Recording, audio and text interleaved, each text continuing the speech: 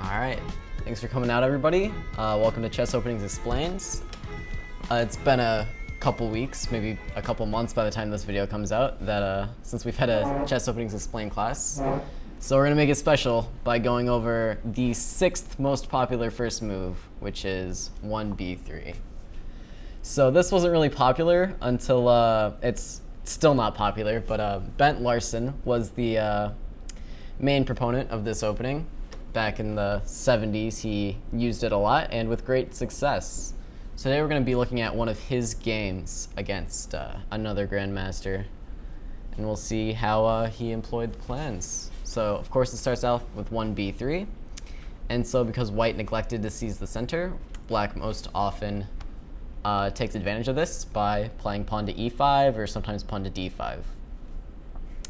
And so what black's plan is to just use the central control and gain some space in the center, while white's plan is to get this bishop on the long diagonal and then break down this pawn to try to make his bishop more active.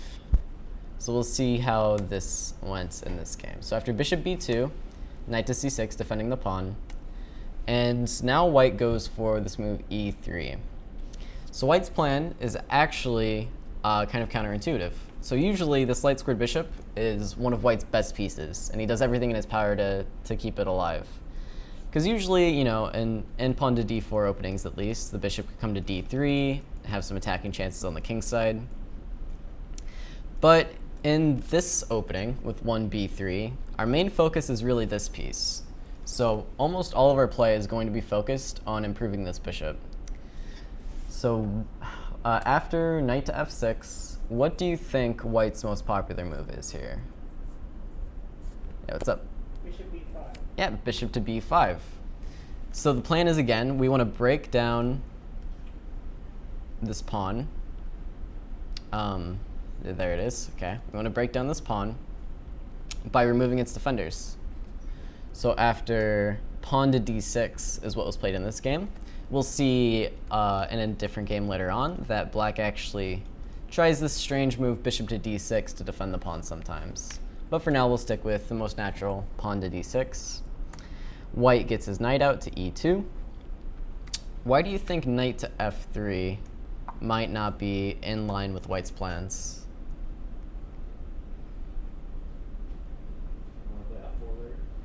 Yeah, exactly. So again, white's play is directed towards improving this bishop and opening up this diagonal for it. So to do that, white's eventually going to want to play f4 to try to break down this pawn, and you obviously can't do that with the knight on f3. And from e2, the knight is helping to support this push.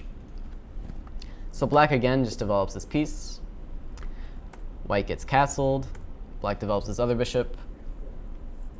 And I'm not sure if we do it just yet, but yeah, we actually do. Okay. So again, all of white's moves are directed towards opening up this bishop. Like all of white's pieces are working towards this common goal. And this is really a common idea. Is white's going to try to improve his bishop, and then once it's improved, he's going to use his dark square control to try and win the game.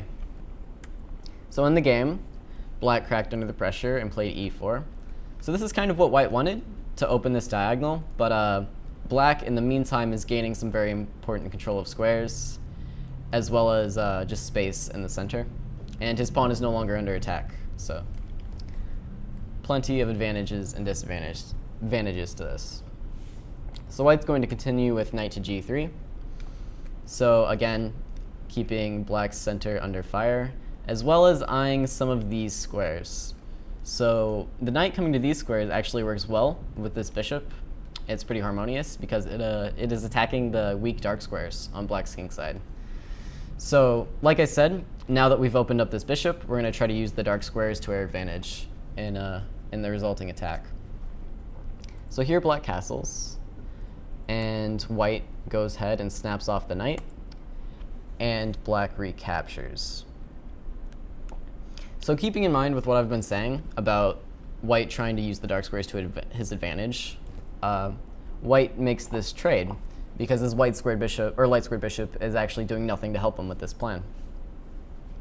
So let's see how he continued after making that trade. So now he goes with c4. So he's just trying to restrict black's center. And black continues with d5 anyways. And now knight to c3, just getting the rest of his pieces into the game. After rook to e8, white plays rook to c1, so eyeing some of these pawns. After bishop to g4, we're going to bring our knight back, just keeping our queen here and opening up this bishop once again,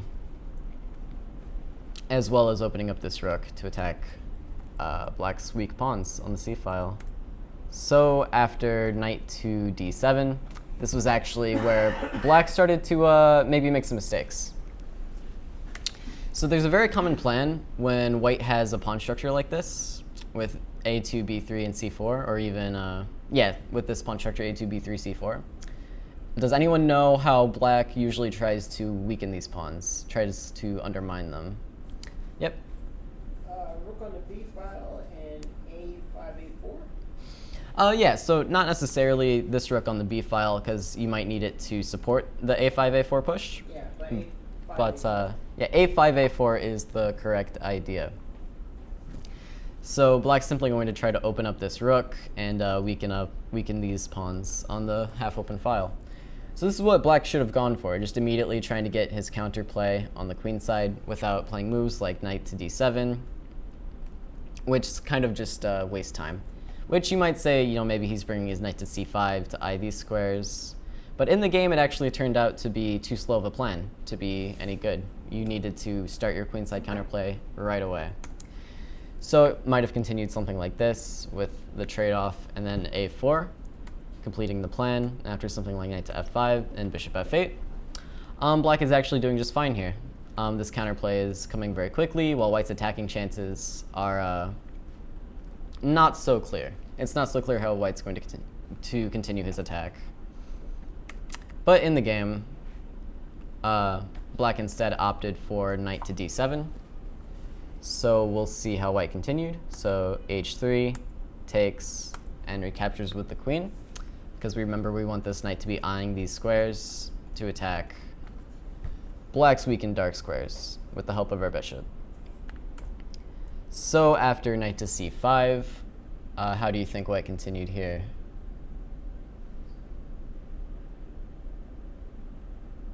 Because black is making some counterplay of his own. So we need to do something with pace.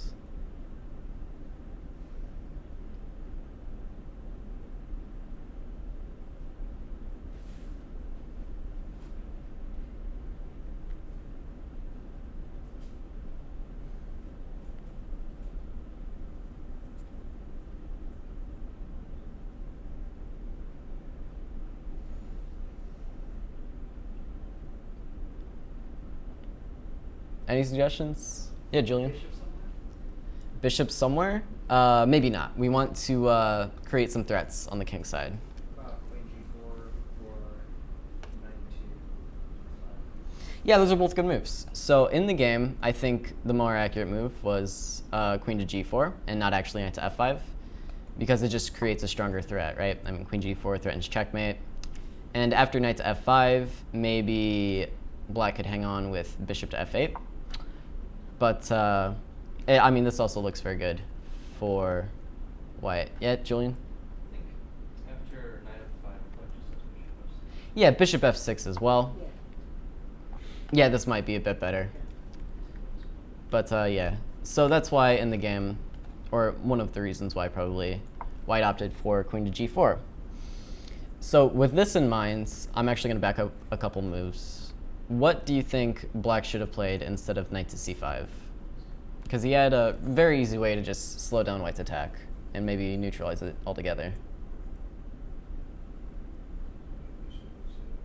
Yeah, just to get the bishop onto the same diagonal. So now white's dark squared attacking chances are very much weakened by having this bishop traded off. So it might have continued something like takes, takes, takes, takes, And knight to f5, again eyeing this square and these squares, but also maybe coming back to attack this weak pawn. And here white would actually be doing very well, because although his dark squared bishop got traded off, he has some serious positional advantages on the queen side. For example, we're probably just going to double up our rooks and put way too much pressure on the c pawn. The queen might come to a6, eyeing the b7 square and the a7 pawn. And this knight will come back to d4, where it supports all of these ideas quite nicely. So for example, something like queen d7, knight d4, rook c6. And I mean, it's pretty clear that white's doing very well here. In fact, I think it would be fair to say that black is just positionally lost, because he has no counterplay. This a pawn can never come down the board. And all of his pieces are just tied down to defending this pawn. But that would have been better than what happened in the game, because as we can see in the game, things ended very poorly. After queen to g4, g6. Now, how do you think white can continue to try to open things up? Excuse me, sorry? How about f5? Yeah, just pawn to f5. So our plan is to get this rook in and attack black structure here. So black continued as if nothing was wrong and completed his plan of attacking the bishop and making a fork. So how should we respond to this? Do you think we should just move the bishop out of the way? Should we just move the rook out of the way and defend our pieces? Or do we have enough threats to just simply ignore what black is doing? Okay, so after takes, what happens if, sorry, now what do you do? Yeah, because this fork is still relevant. Yeah, Julian? Rook f7. Yeah, rook to f7, of course. So, in the game, rook to f7 was played. And black can't ignore this, of course, because of checkmate. And if black were to recapture, yeah, rook to f1. And again, if we were to come back, this would be mate, so you have to block. And then it actually kind of matters how you take this bishop, because the endgame will be quite different. White's winning either way, but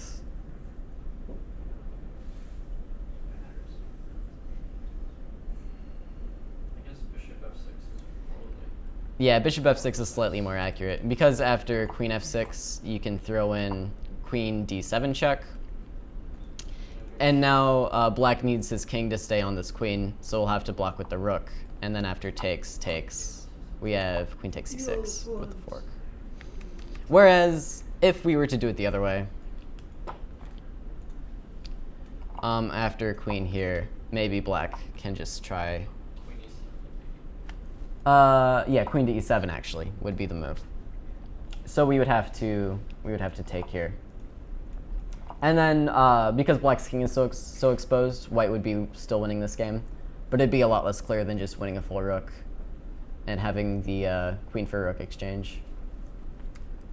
So in the game, black actually resigned after this move, which is, I guess, fair enough. So let's review really quick what happened in this game. So starting off, what are all of white's moves? What is their common goal in mind? Right in the beginning of the opening. Yep. One more time, sorry. Make that bishop strong. Yeah, you want to make the bishop stronger. So you want to open up this long diagonal to improve your bishop. So white did this by attacking the defenders of the pawn, developed his knight to this square instead of f3 to support this pawn push, completed the pawn push, and then continued aiming for black's dark squares for the rest of the game, as we saw. And major points where black went wrong, what should have you done here? Yeah.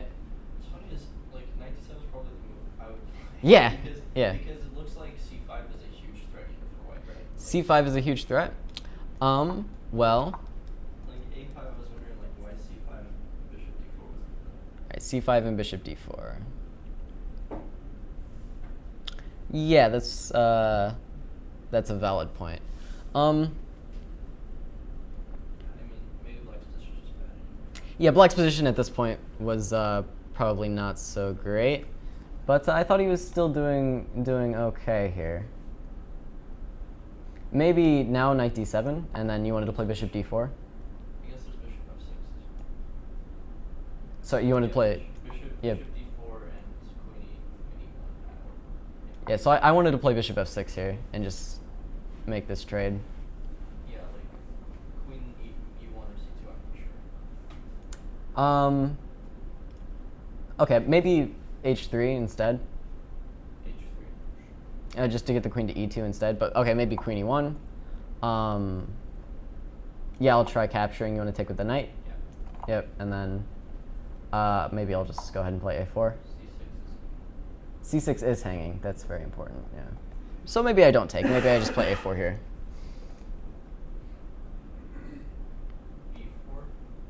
b4. b4, I was going to play a3.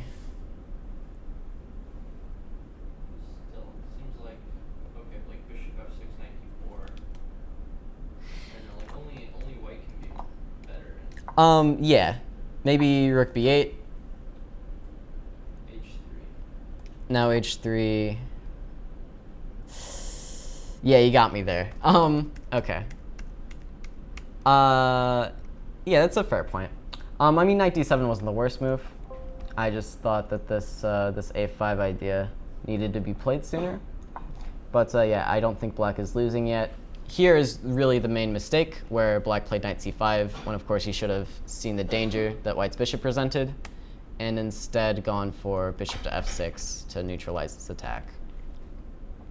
So again, the main points are white's play usually revolves around this bishop and the weak dark squares in black's camp, and black's play usually revolves around using a central majority or playing on the queen side. All right, any other questions about the game? All right, we'll move right along.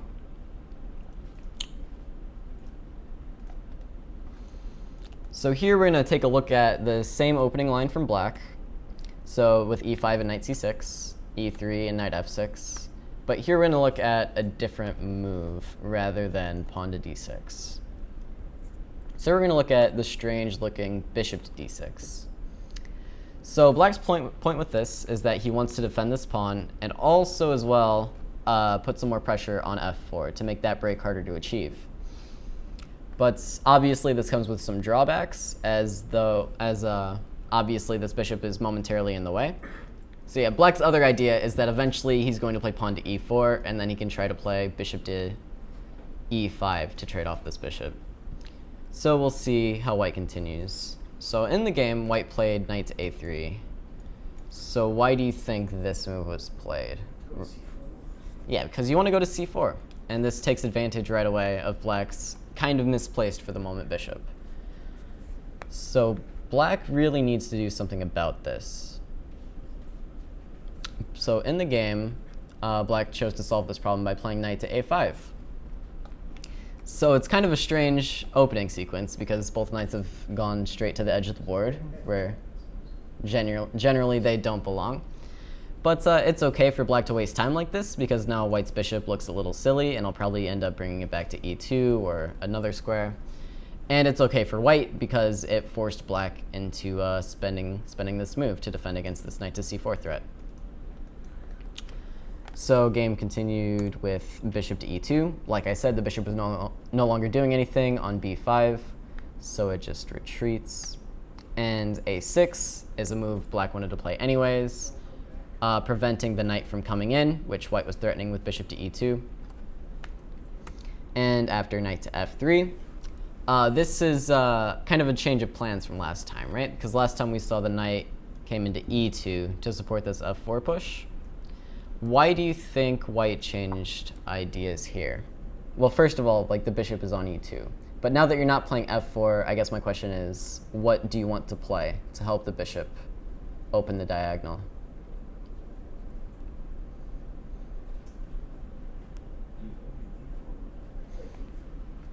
Yeah, so you want to play d4 eventually.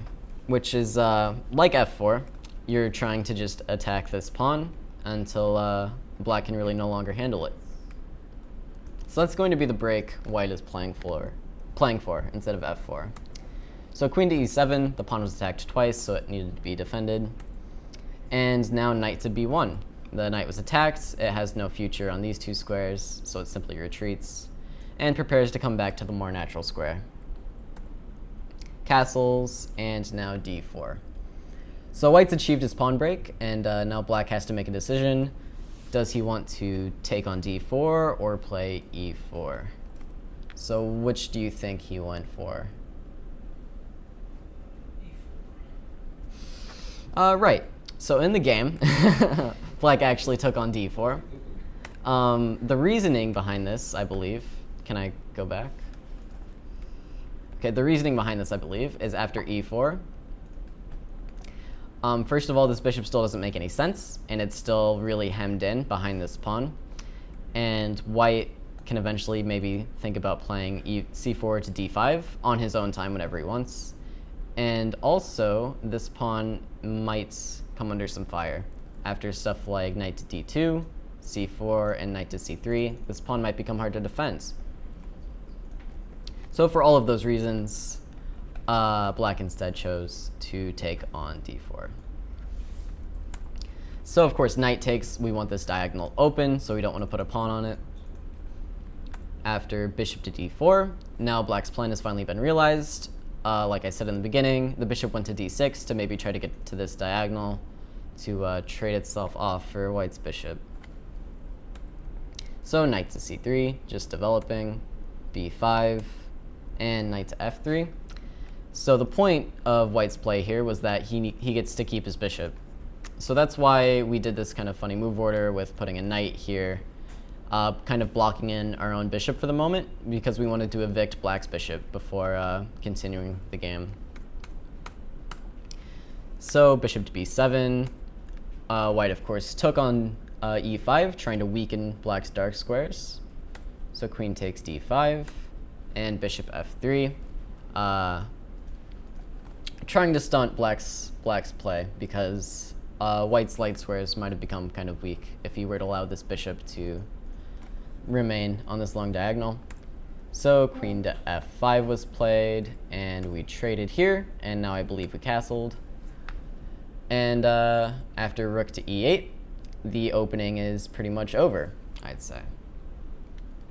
So again, white managed to keep this bishop and open this diagonal.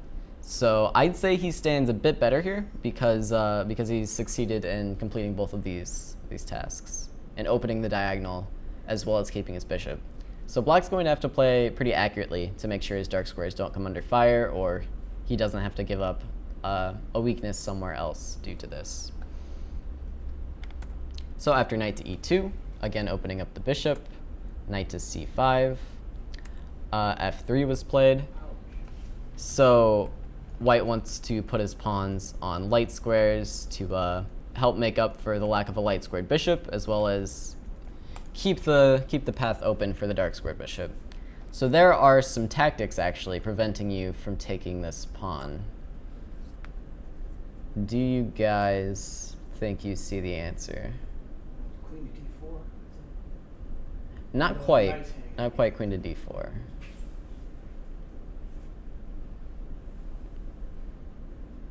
Bishop there? Well, we actually need to play one more move before we play bishop to d4. Yeah, so you want to play knight to g3 first to get the queen elsewhere, and then you can go ahead and after trades play bishop to d4. So why do you think bishop to d4 right away doesn't work?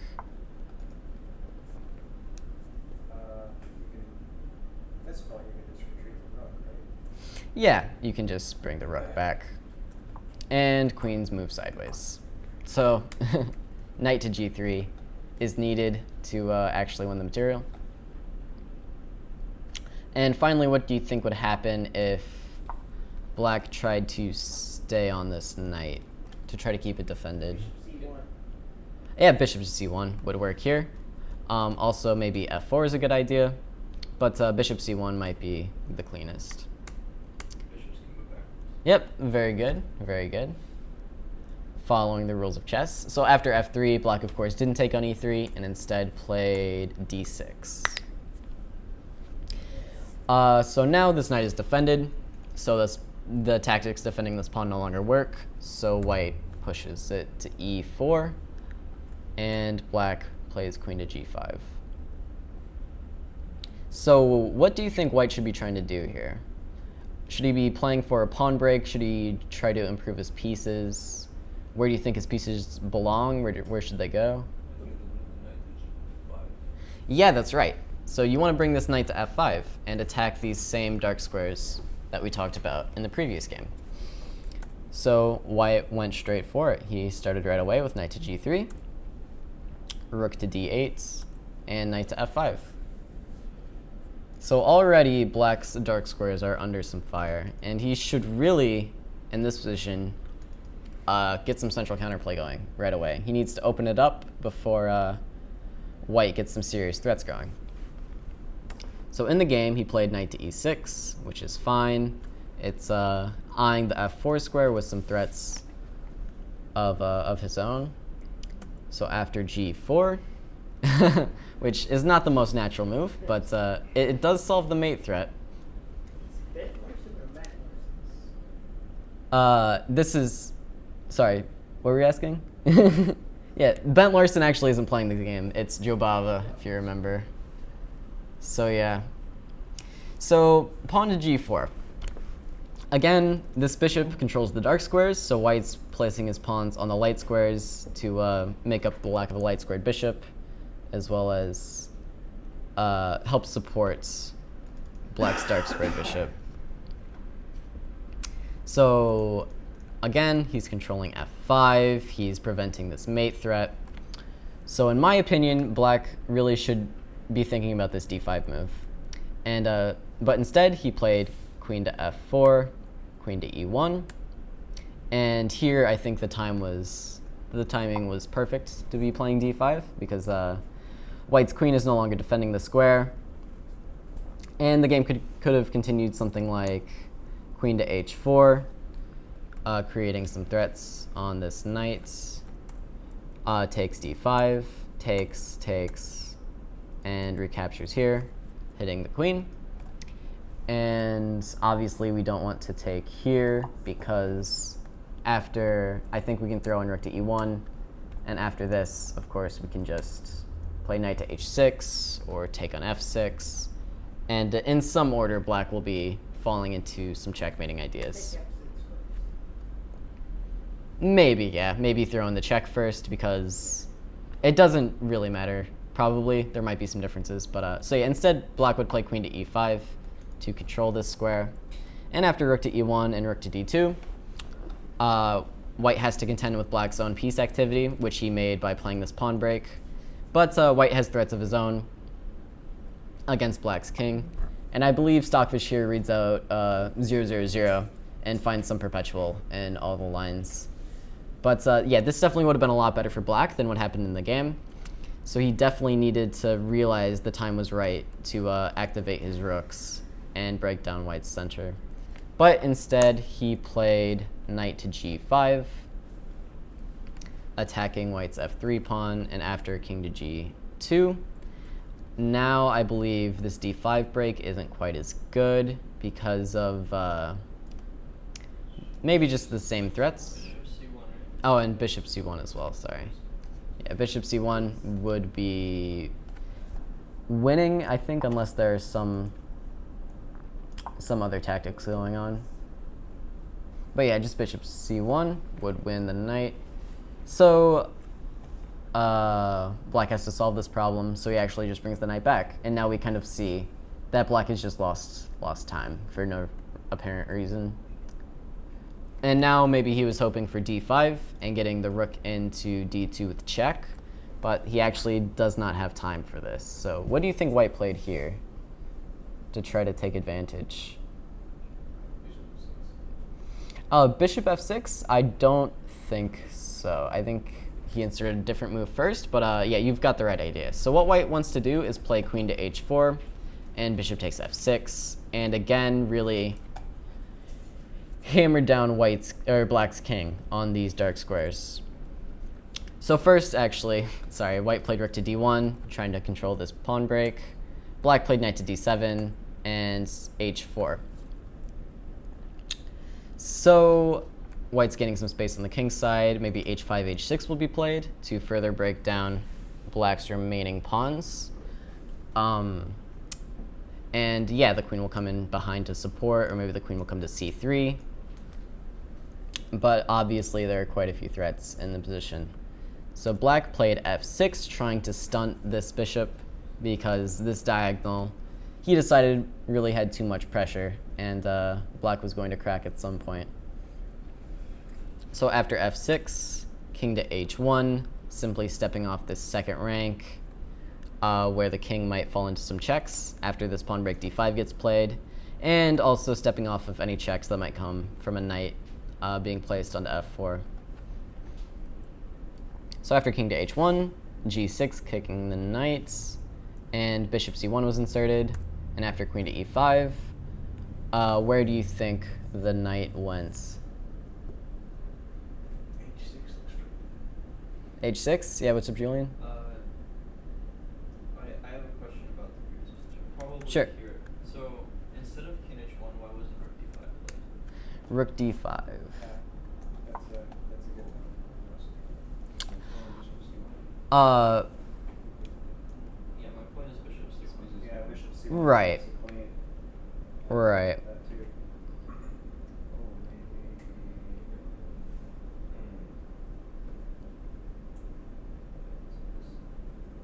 Oh, maybe.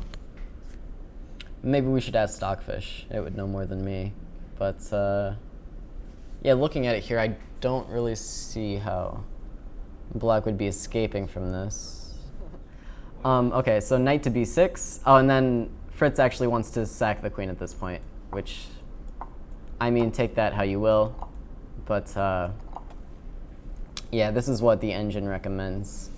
Which, I mean, white should be winning. But maybe white thought he had more here for some reason. But fair enough, rook d5 is a very good move. But after king to h1, g6, white went ahead and played bishop to c1 now, like we said, and now knight to h6, like you suggested out there. So the king comes to g7, and now how does white continue the attack?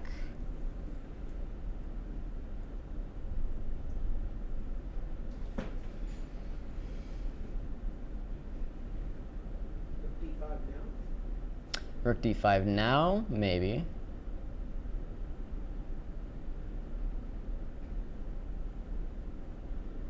Any other suggestions?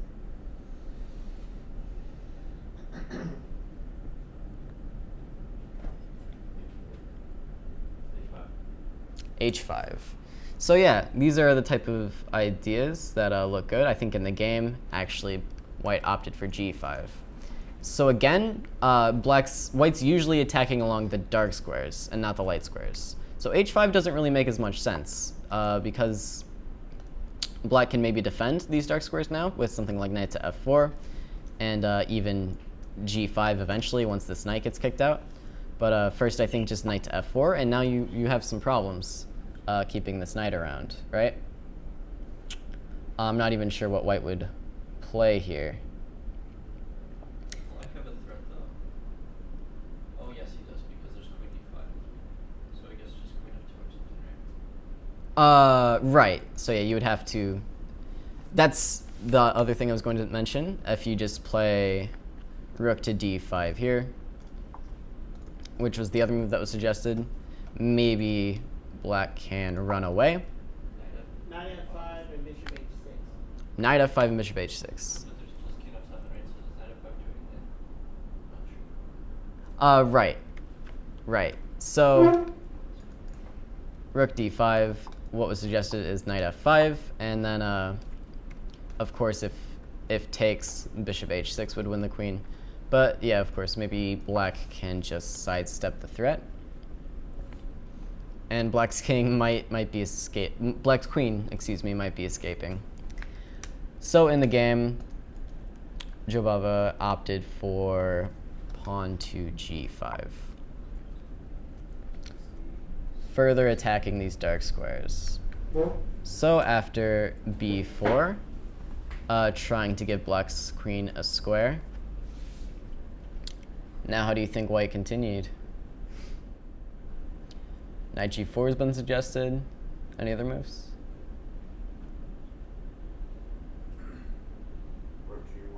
Rook g1. In the game, actually, I think knight g4 was either played this move or at some point. Yeah, knight g4. So we're rerouting the knight to attack all of the key squares, as well as doing it with tempo by putting pressure on black's queen. So black's queen went to the square it made for itself. And now you want to take on f6. Maybe black could just recapture here. Bishop h6. I think king h8. Or, well, not king h8, but king f7 is safe enough for the moment. Of course, we need to defend the knight. Queen takes queen and knight takes knight.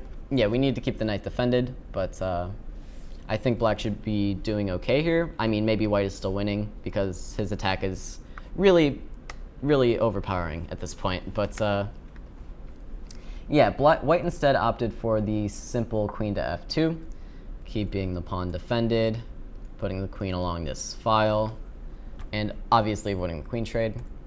And here, black played h5, trying to evict the knight once again. So what do you guys want to play? G takes h6 on passant. I'm not so sure that's in white's best interest. I'll look at it in a second, but I will give you guys a chance to think for a few seconds.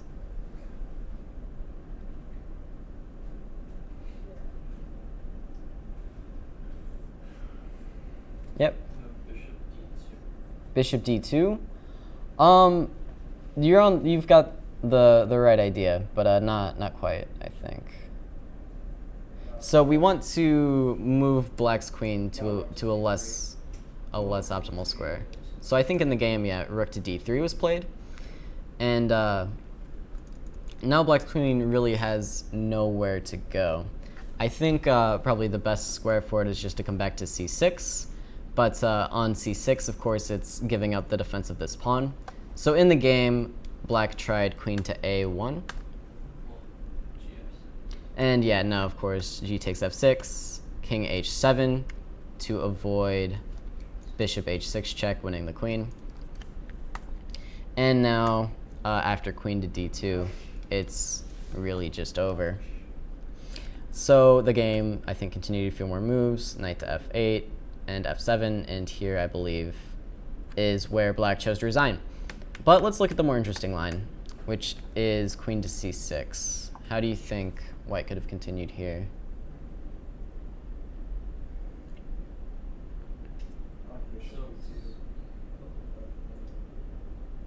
Can I take on f6 twice, play bishop g5, and then queen d4? Bishop g5 and then queen d4. Without recapturing the knight? Without recapturing. That could be interesting. So I think we do start with takes. Okay, we'll take like this. And then you wanted to take twice, but yeah, I wanted to just play bishop b2. H is better. But yeah, this also looks... And then bishop g5, knight g5, queen d4. Bishop g5, knight g5, queen d4. And my point was, if rook e5, I have like h. What is... Okay. I'm losing it. What? Okay. We're struggling here. Let's back up a bit. It hates my move so much. What is... Oh my god. Can I make a chess move? We might have to restart chess base. What happened? If I try to make a move, I grab a pawn and it puts it somewhere. Okay, what? This is very interesting.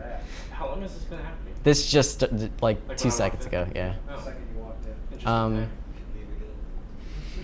This is one of the more amusing glitches I've seen. Yeah, this is something. Can I draw an arrow? No. I can draw arrows. Okay, well, let's really quick go over. Oh, wait. I fixed it. I knew I could do it. All right. So, so yeah, we're looking at, of course, bishop b2 here, pinning the knight. And white will open up the king very shortly after king f7, gf6, knight f4, rook to d1. And it's still a game. I mean, black's not getting checkmated immediately, but this pawn is quite strong, and this bishop is pretty much unstoppable on this diagonal.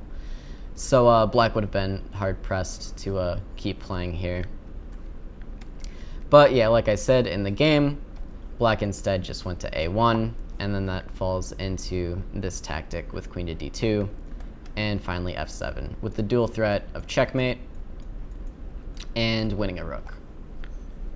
So here, black resigned. So the key things to remember about this game are that Why you played c6 in the opening instead of a6? c6 in the opening? Yeah, just typical.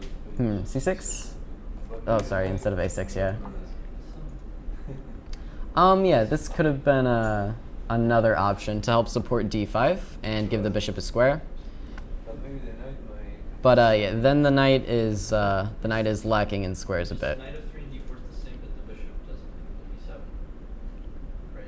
Like the bishop's not active on the diagonal. Oh, I see what it is. Yeah, and it's also blocking off this diagonal from the bishop. And this knight is really short on squares as well. It's not good. Yeah. So yeah, I think that's why black opted for a6. But yeah, the key things to remember, if black goes to d6, maybe f4 is the correct pawn break. I mean, it is still quite good if you can get it in, but d4 is the other pawn break to be thinking about. And maybe you can try to take advantage of your opponent's temporary misplacement of the bishop with moves like knight to a3, aiming for the c4 square. And after this as well, the second main point I wanted to cover is that you really don't want to be trading this bishop off for your opponent's bishop if you can at all help it, which is why white inserted knight to c3 here.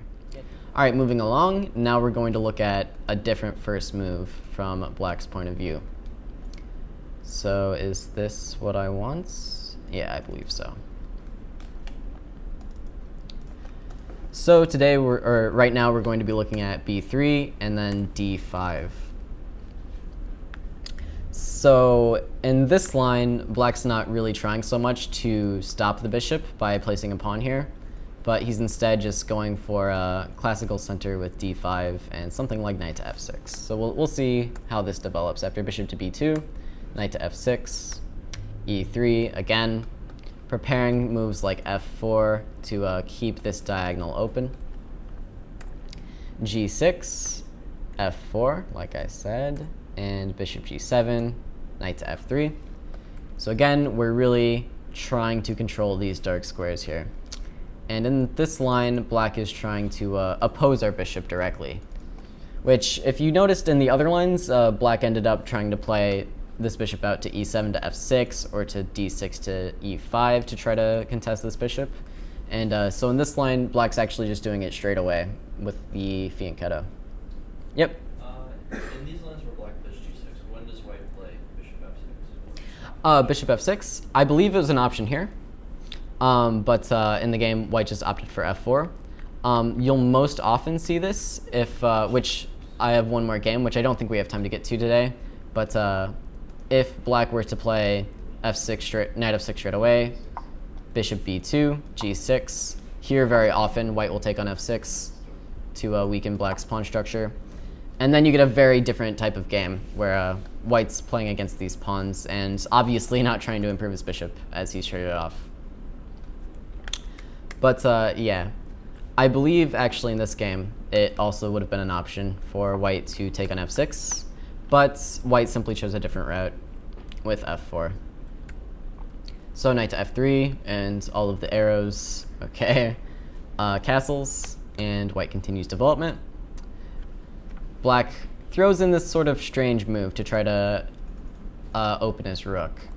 So we saw this idea in the other game, but here black's playing it much earlier with a much different pawn structure, as the pawns on c2, b3, and a2 are Still working together with the c2 pawn also defending b3 rather than being weakened on c4. So should white respond to a5 with a move like a4, or do you think he should just ignore it and continue developing with castles or some other move?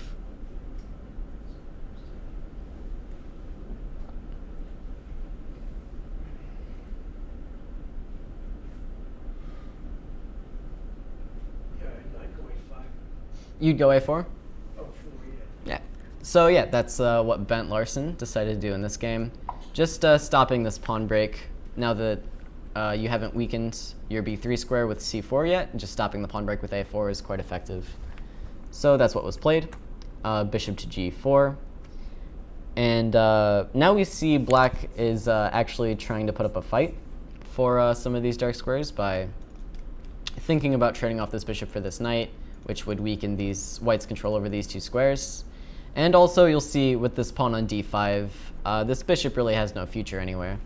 The most it could hope for is maybe coming to a6, but that seems kind of difficult to get in right now, as b6 is kind of a waste of time. And yeah, with this pawn on d5, it's not coming to e6, and it's not really doing a whole lot on f5 other than becoming a target for white's knight later on with something like knight to d4. So bishop g4 instead, thinking about trading off this bishop for this knight. White castles, black develops his knights, and now white goes ahead to play knight to g5. So white actually wants to keep this knight, and because obviously this bishop can never attack the dark squares, and this bishop can never attack the dark squares, and this knight might become valuable for that purpose later on. So we'll see a trade on e2, and after knight to e8, black has succeeded in neutralizing this bishop. There's really no way for white to keep the bishops on here, and so they get traded off as well.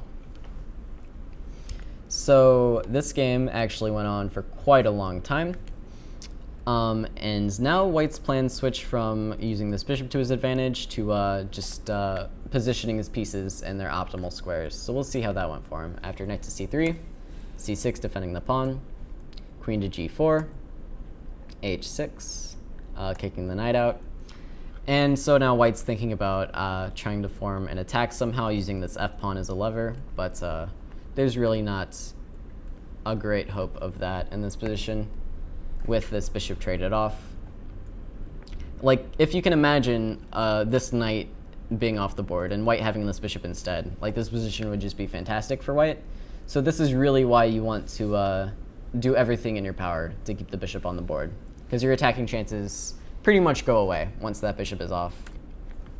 So queen to d7, queen to h4, avoiding the trade, knight to f5, and the queen comes back to e1. So abandoning hope of attacking on the king's side. Maybe you can argue he's created a couple weaknesses, but obviously the queen's not doing much anymore, so he brings it back to the center.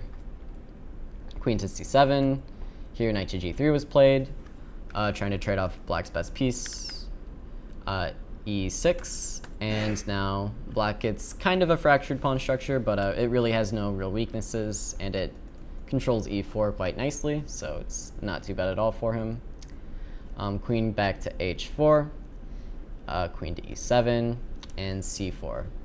So this is how white opted to try to break through on the queen side with this c-pawn push. So what do you think his idea is with this?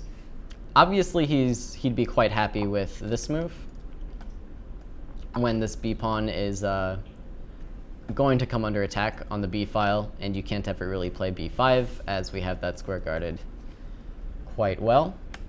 So what do you think his idea is if after, for example, the move played in the game, rook a to d8? Yeah, Julian? c5. Yeah, that's right. So he wants to actually play c5. So the point of this move is that it secures the d4 square for the pieces, as well as eyeing the b6 and d6 squares. And so, of course, black cannot take this pawn as it would leave the knight hanging. So instead, the move rook to e8 was played. So white continues with simply defending the pawn. Black plays king to g7, just improving his king, defending the knight once again. And now the knight comes into d4. So we can really see how white is still trying to maintain control of the dark squares, even without the bishop. So knight to d7 was played.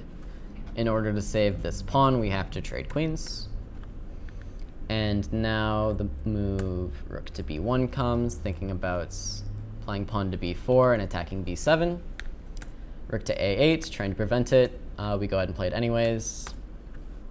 And now white's play is really going to centralize around trying to win this b7 pawn and using this a pawn to win. And black's play is going to centralize around finding activity for his pieces, either playing some kingside pawn breaks or just piling up on this a pawn to prevent what white's doing. So we'll see how that went. Rook to a7, just defending. King to f2, knight to b8. Looking at the a6 square as well as bringing the rook in for defense. Knight to b3, rook to e4. And what do you think white played here? Do you think, all right, so obviously this pawn is going to be under attack. If you come to b6, the knight will come to d7. Do you think it's time on giving up on the d4 square by playing knight back to d4? Or give up on playing knight to b3 with coming back to d4? Or do you think white went ahead with d4 here? Probably went ahead with d4. Yeah, that's right. So originally with c5, white was hoping to have a nice knight on this square, but it actually isn't accomplishing a great deal here. So after knight to b3, he does go ahead and just solidifies this pawn structure with d4, even though it takes away what might be an important square from the knight. So after d4, rook back to e7. We see king f3 get played. Knight to a6 attacking the rook, so the rook moves. Knight back to b8. So black is really just shuffling around and claiming that white can never really accomplish anything, but we'll see what white came up with soon. So rook a1, knight to d7 attacking the rook. So white kind of played an interesting move here. Yeah, Julian? Yeah, of course. So rather than moving the rook, white simply played a5, hoping for knight takes b6, c takes b6. Went after rook to a8, or we'll look at rook to a8. White will play knight to c5, and despite being an exchange down, white can't really be worse here. It's tough to claim that white's better, or even like winning, but this would have been slightly better for white, probably. Most likely it's just a draw, but white would have all of the winning chances with this endgame. Yeah, you can try for a bit. So instead, black decided not to take the rook and simply played knight back to b8, again shuffling. Here white came to c1, just rerouting the knight. Rook to a2, just some endgame shuffling. And here black decided to come in with the h4 pawn to try to create some counterplay. So if we were to ignore this, what do you think would happen? What would black play? Yeah, Julian? Rook h8 to h3. Yeah, you would try to come in through h8 into h3 or maybe h2 or h1, depending on what happens in later positions. So white really needs to respond to this. So how do you think white can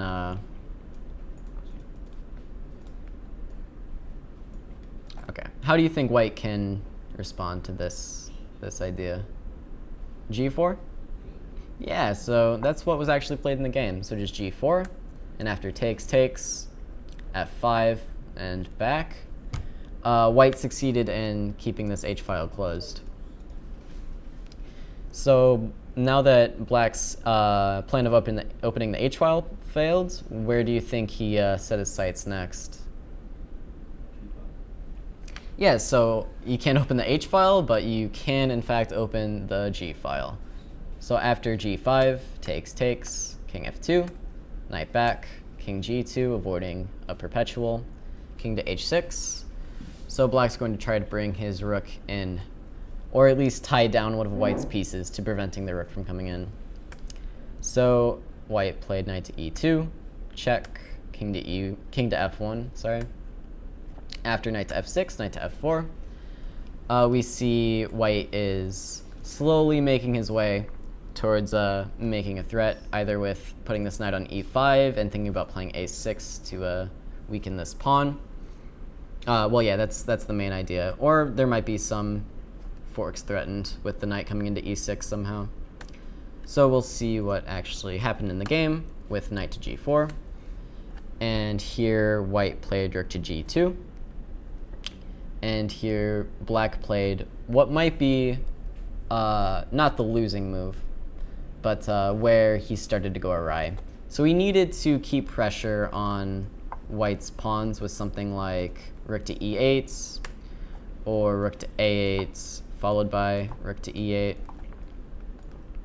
And white really has no chance in playing on here, as like he will be forced to stay tied down to this pawn for the rest of the game. And I mean, black won't be doing anything either, but this is what black should have gone for, to just shut down all play. Instead, after rook to a8, rook a to a8, we see king e2 get played. So this pawn is well defended now.